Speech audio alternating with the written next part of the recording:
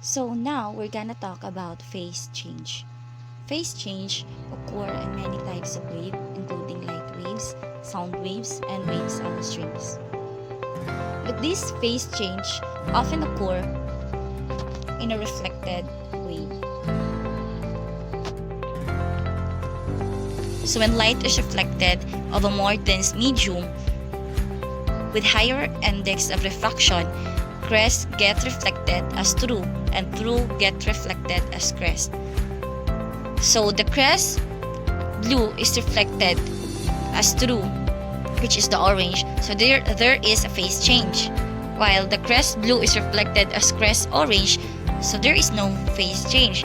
So it is obvious on this figure below that the phase change occur due to reflection. So the net effect of the phase change is that the reflected ray jumps ahead by half of a wavelength. So here, the incoming wave is the blue one and the reflected wave is the red.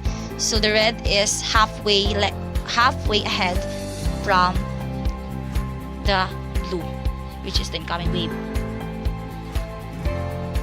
So if one of the rays undergoes an odd number of phase changes, the condition of for constructive and destructive interference must be modified.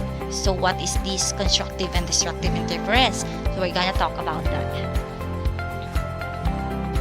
So constructive interference, when the crest or through of two interfering waves meet and their amplitude add together. So that's the principle of constructive interference. So the keyword here is the odd.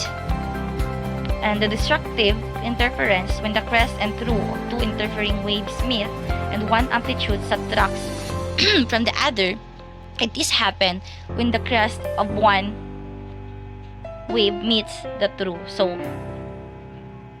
the keyword here is subtracts. Just look at the figure below, above na lang. So for example, the example of these phase changes are reflection and transmission in one dimension. So let's begin by revising reflection in one dimension using waves on strings and a transverse pulse traveling from light to heavy string. So from left, a wave pulse traveling from a light string. So, and from right, from heavy to light string. So on this figure, on this picture, so there is a phase change. It's either it is transmitted or reflected. Another example, reflection and refraction of light. So the speed of light in glass is slower than in air. So going from air towards glass, we expect light to be reflected with a phase change of pi or 3.14. Going from glass towards air, we expect reflection with a phase change of 0, and in both cases, the transmitted wave has a phase change of 0.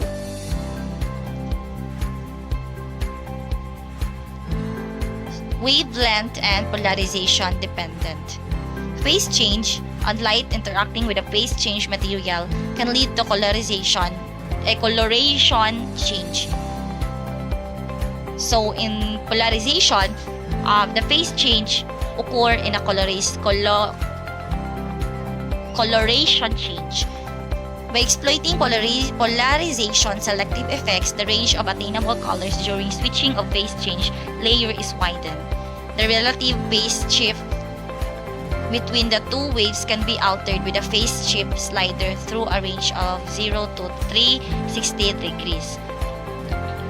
So that's all.